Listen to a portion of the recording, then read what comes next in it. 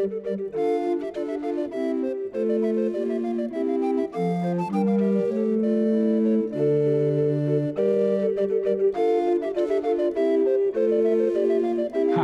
Peter Adamson, and you're listening to the History of Philosophy podcast, brought to you with the support of the Philosophy Department at King's College London and the LMU in Munich.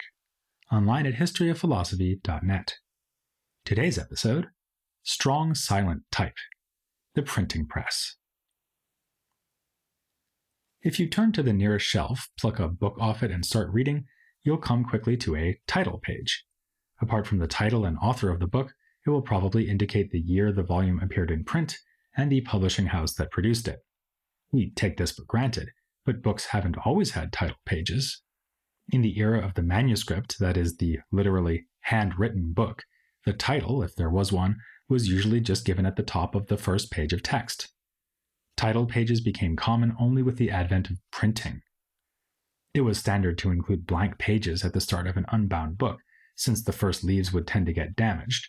Publishers then realized that they could add useful information to these extra pages as a kind of advertisement of the contents within. This is an unprecedented boon to the historian of philosophy. From the 16th century onward, it's almost always possible to know exactly when and where books were first published, something the scholar of ancient or medieval philosophy can only dream about. And that's only one of the many things the printing press has given us, usually without our noticing. As I learned recently from another podcast hosted by Stephen Fry, who apparently listens to this podcast, so hello to Stephen Fry, the English language is full of hidden allusions to the processes of printing. The difference between lowercase and uppercase refers to the two trays used for storing the two kinds of typeface. Naturally, when putting the individual letters into the cases, you need to mind your P's and Q's to avoid confusing them. The phrase out of sorts may go back to the problem of running out of type while setting pages. A stereotype was a whole plate set permanently for printing and reprinting a given page, rather than using individual letters that could be removed and reused for a different text. The French had their own word for this, cliché. Oh, and one other thing, the printing press changed the course of European history. This is itself a bit of a cliché, but for once I am not going to challenge our stereotypical assumptions. In fact, you could argue that historians of philosophy usually underestimate the importance of printing. If you wanted to divide the whole history of European philosophy into just two periods, it would make a lot of sense to draw the line in the late 15th century, dividing the pre-print and post-print eras. Indeed, you could argue that this is the deeper truth underlying the more familiar contrast between medieval and early modern philosophy. Medieval philosophy could be disseminated only through the painstaking labor of scribes. Early modern philosophical works were, at first, set down in the handwriting of their authors, too, given the absence of typewriters and computers, but they could then be reproduced in print runs of thousands of copies, reaching a much wider audience. To give you an idea of the difference, it has been calculated that early in the history of print, having a book copied once by hand would cost about the same as printing several hundred copies of that same book. The transition from handwritten philosophy to printed philosophy can of course be traced to the invention of the printing press by Johannes Gutenberg, an artisan from Mainz.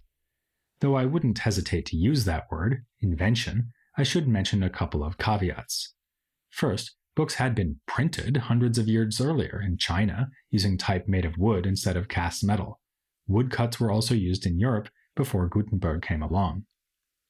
Second, Gutenberg's breakthrough was an innovative combination of several existing technologies, from paper making to the wine press, along with perfecting things like the hand casting of the letter type and perfecting the viscosity of the ink, which was made from soot, varnish, and egg white. The result was that the metal typeface could be set to make many copies of a page. In this era, average print runs ranged from the low hundreds to the low thousands, with the type then being returned to the cases to be reused. Gutenberg did not get rich off his epoch-making invention. After a legal dispute resulting from delays in selling his famous Bibles, the press shop passed to the sole ownership of his business partner, Johann Fust. Perhaps we could say that Gutenberg had unwisely made a Fustian pact. But others would reap the rewards. Printing became big business by the end of the 15th and early 16th centuries. As all that money changed hands, a lot else was changing thanks to the rise of printing. We can start with its effect on education.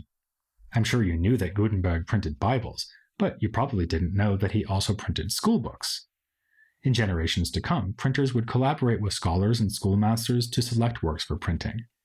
The most famous example in the realm of philosophy is one that we've already discussed, the press at Venice, run by Aldus Manutius, which printed, among other things, a Greek edition of Aristotle.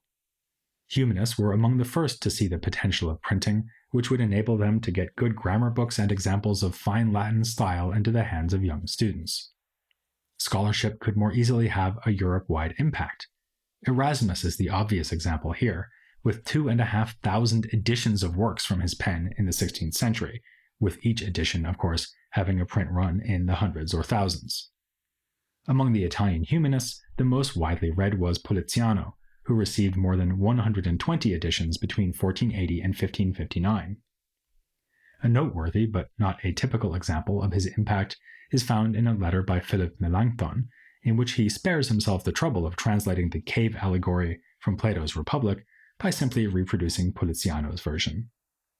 This vignette also illustrates the way that texts and translations of classical authors became more widely available thanks to printing.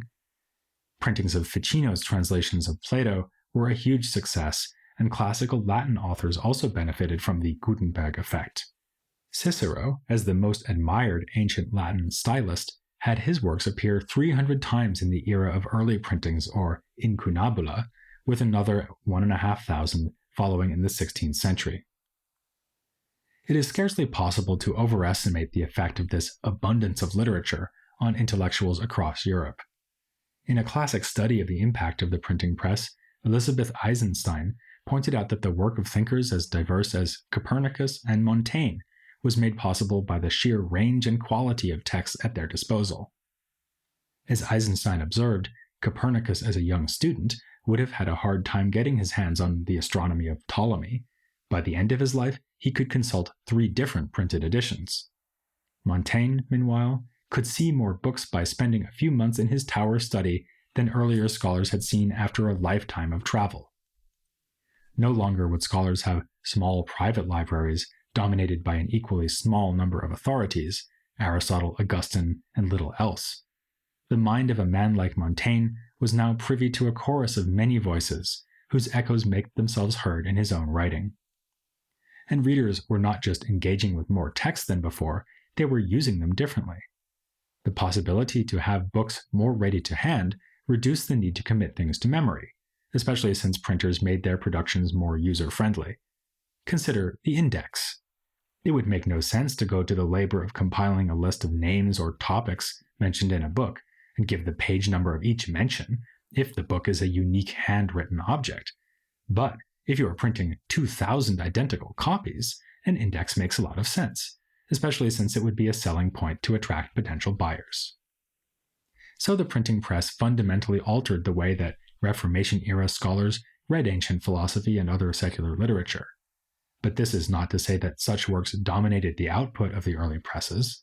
To the contrary, most printings were of religious material, ranging from the Bible to liturgical texts, works of church law, and the theological writings of the church fathers and medieval scholastics.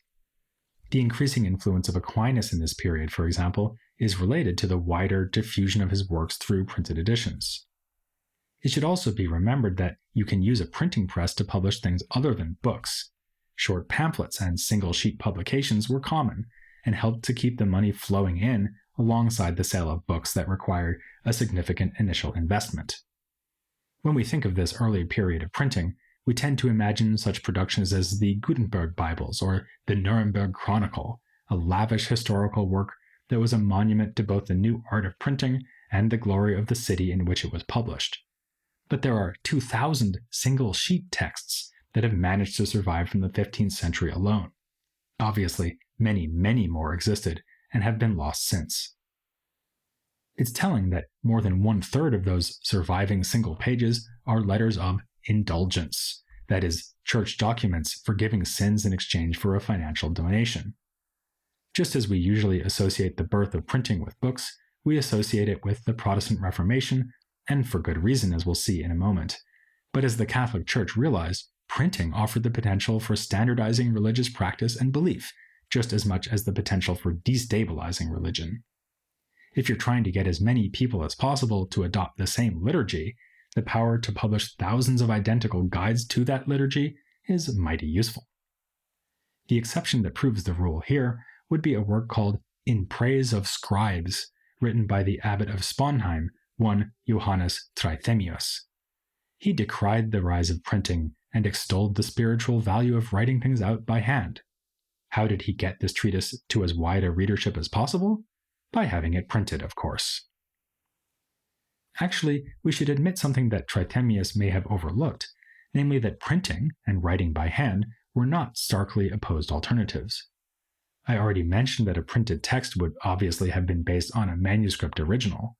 More unexpectedly, the reverse is also true, as many manuscripts from the late 15th century were actually copied from printed incunabula.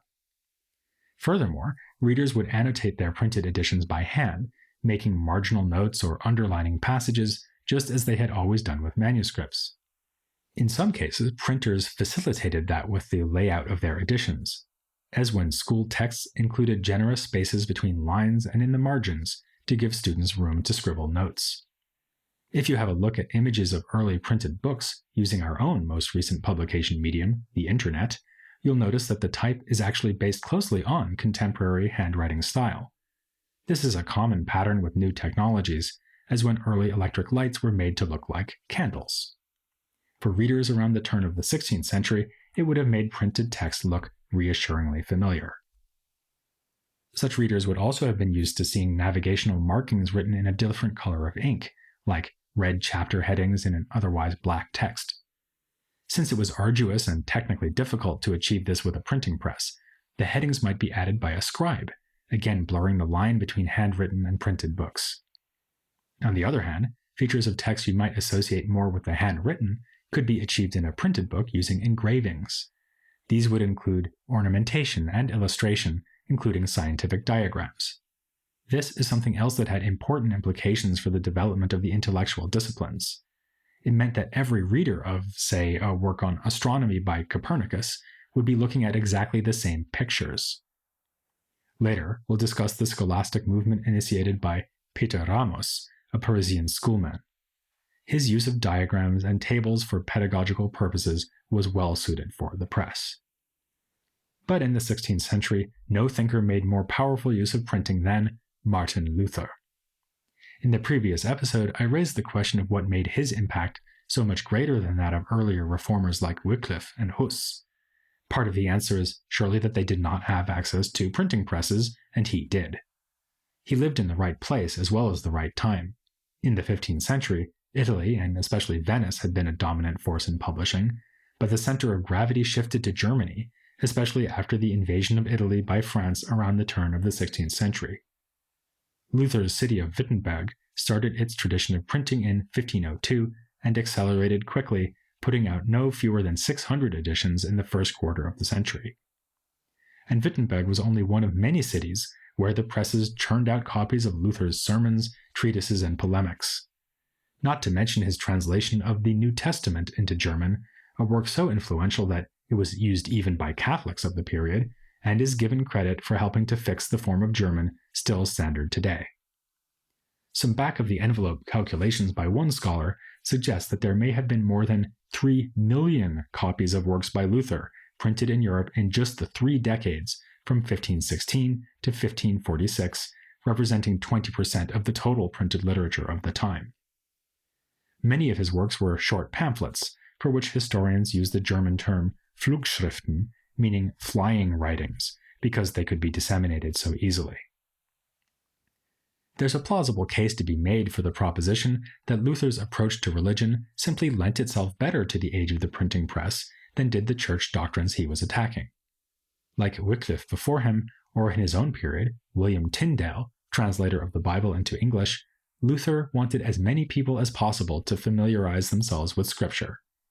His idea of the priesthood of all believers did not mean that each Christian should indulge in developing their own theology, but he did invite all believers to make up their own minds about religious questions, and to help them make up their minds, he issued a torrent of writings to persuade them of the Lutheran view. His version of the New Testament came along with explanatory material, designed to coax its readers to adopt the Lutheran interpretation. Critics of the translation complained that this critic of church indulgences had himself indulged in tendentious renderings of the Greek, as when he took the claim that humans are made righteous by faith and added the word solely in conformity with his conviction that faith alone justifies, not works. The Catholics who wished to respond to Luther were in a difficult position. They wanted to insist that Scripture can be properly understood only by theologians trained in the scholastic tradition. The Catholic polemicist Thomas Mörner satirically remarked that followers of Reform movements would proclaim, "I no longer obey anyone. I am a good Lutheran." Looking forward to the effects of this uprising against the Church, he predicted, "Neither Pope, Emperor, King, Bishop, bath attendant, or pig herder will any longer be distinguishable." But the importance of higher learning and church authority was not an easy case to make in the popular vernacular format being used to such great effect by Luther. Then, too, by refuting Luther in print, they risked spreading knowledge of his teachings. It seemed then that the Church could not beat Luther by joining him in the print revolution. The obvious solution was to keep him out of print in the first place, but this was not going to be easy. Church censorship required enforcement by local secular powers, which might or might not be inclined to carry out the Pope's edicts. The authorities might content themselves with banning outright libelous material, which would leave the reformers plenty of scope to advance their religious views in public, both by preaching and in print. In Leipzig, there was for a time effective suppression of Lutheran writings, which caused the printers to complain bitterly, not necessarily because they were convinced evangelists, but because Protestant books sold so well. One complained of being allowed to print only Catholic treatises which are desired by no one and cannot even be given away. There was also a kind of feedback loop, whereby printers avoided censorship by flocking to cities that were sympathetic towards Lutheranism, making these places even more important centers of the Reform movement. The situation was a bit more complicated than that, though. The war of religion in print, which presaged the wars of religion on the actual battlefield, was not a two-sided affair. Luther and his sympathizers aimed their rhetorical fire at the Catholics, certainly, but also at other reformers. A particular flashpoint for debate was the question of how bread is transformed into the body of Christ in the Mass, or rather, whether it is transformed at all. The Church adhered to the interpretation put forward by, among others, Thomas Aquinas. In the sacrament of the Eucharist, there is a transubstantiation, meaning that while the accidental features of bread, like its color and taste, remain, the substance of the bread has been replaced by that of Christ's body. Diametrically opposed to this was the view that, when Christ said to his disciples, "Take this and eat, for this is my body," he meant only that the bread symbolized his body, which was about to be given in sacrifice. This merely symbolic interpretation was defended by Huldrych Zwingli, among others, and associated with the Reform movement in the Swiss cities of Zurich and Basel. The humanist Willibald Pirkheimer called these two cities and Strasbourg the Satanic Triad because they hosted theologians who denied the real presence of Christ's body in the Eucharist. Luther, meanwhile, took a middle view. Christ is really present in the bread, but it nonetheless remains bread. And like Pirkheimer, he was harshly critical of Zwingli and his followers. This looks like a purely theological debate, but we'll be seeing that it was of some consequence for the history of philosophy. For now, the important point is that it was a dispute carried out in printed texts. A recent study of the controversy by Amy Nelson Burnett found 273 individual works on the topic in 905 printings, and that's just in the later 1520s. The Lutheran camp made much more effective use of the new medium, with Wittenberg outpublishing Zurich by a factor of 3. The fact that Swiss German was a dialect with fewer readers was another disadvantage for Zwingli. These were, of course, entirely new factors to consider in a theological disagreement. No longer were such contests fought in Latin at universities or before a panel of churchmen. Appeals were now being made to the court of public opinion, something evident even from the use of various literary genres by the protagonists. While the Catholics conservatively stuck to composing formal treatises, Protestants offered their readers sermons, dialogues, and catechisms. As Burnet remarks, the printing press subverted central authority by disseminating ideas to a broad audience and encouraging individuals to think for themselves. Now, you might be a bit skeptical here on the grounds that surely not that many people were interested in such arcane theological matters, and surely most people didn't know how to read, so they could not have been influenced by written material anyway, whether printed or written by hand. Against the first objection, we can note that by the 1520s, printers had become pretty canny about what sorts of writing would sell. Those 905 editions would never have appeared if there were no audience for them. The second objection has a more complicated answer. It's certainly true that in some regions, especially rural ones, literacy rates were low. In Eastern German villages, for example, preaching was a far more important vehicle for reform than books. In the cities, though, literacy rates may have been up around 30%. And, crucially, it's not as if printed works could only reach those who were able to read.